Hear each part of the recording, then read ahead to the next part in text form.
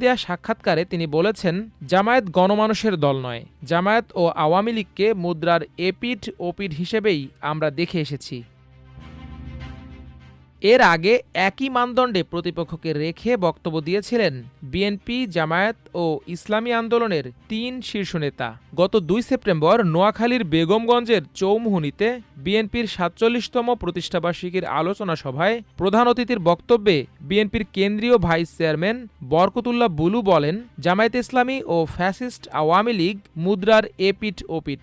১৯৮৬ সালে জামায়াতে ইসলামী ও আওয়ামী লীগ বেগম জিয়ার সঙ্গে বেইমানি করে স্বৈরশাসক এরশাদের সঙ্গে নির্বাচন করে স্বাধীনতা বিরোধী জামায়াত পেয়েছিল ৪ সিট।